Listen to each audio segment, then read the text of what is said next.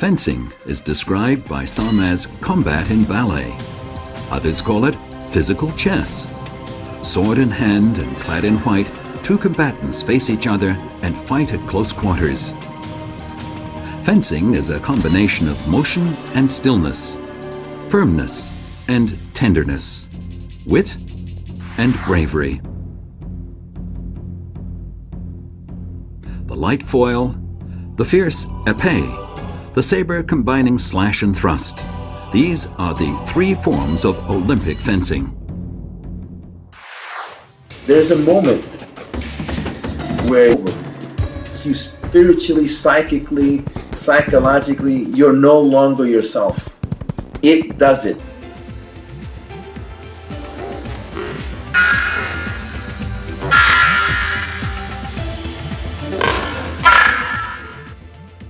Through you. First and foremost, you have to understand yourself. And then you can understand your adversary. And if you get those two things, then it's yours.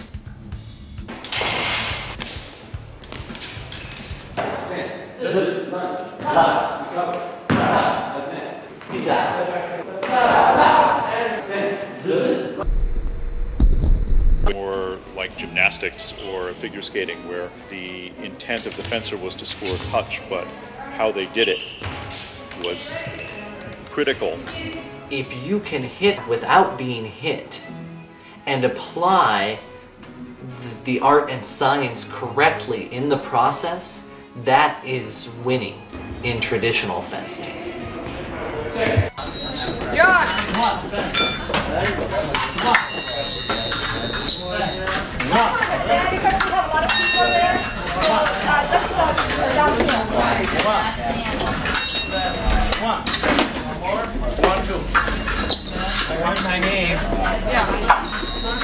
Later, changed the concept. It's a martial art.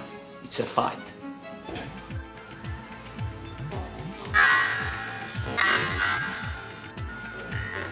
A fencer has approximately a 20th of a second to see an attack develop, and about a 20th of a second to decide what to do about it. You already know in advance what your intention is, but the adversary knows that, and so it almost becomes like third and fourth intention what you're trying to do. Take your time, you're relaxed, you show no interest in going to the target, and then you change direction and make a explosive attack to the target. Okay, I know that he knows, but does he know that I know that he knows? And so sometimes you don't even complete an action because you know that it's not going to work because the other person already knows that that's coming. Thinking, like in chess, 3 steps ahead. But the only problem that comes is when your opponent's thinking 7 steps ahead and you're still at 3. And if he does know, then does he know that I know that he knows? Fencing is 50% reflex, 50% strategy. That, you know, if someone comes at me, I don't have time to think, what should I do? Got to parry.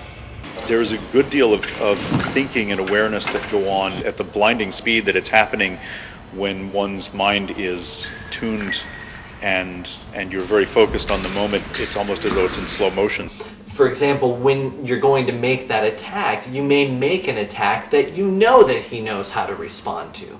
But I know how he's going to respond to it, so I do it anyway, so that I can get that response from him and then use it to hit him.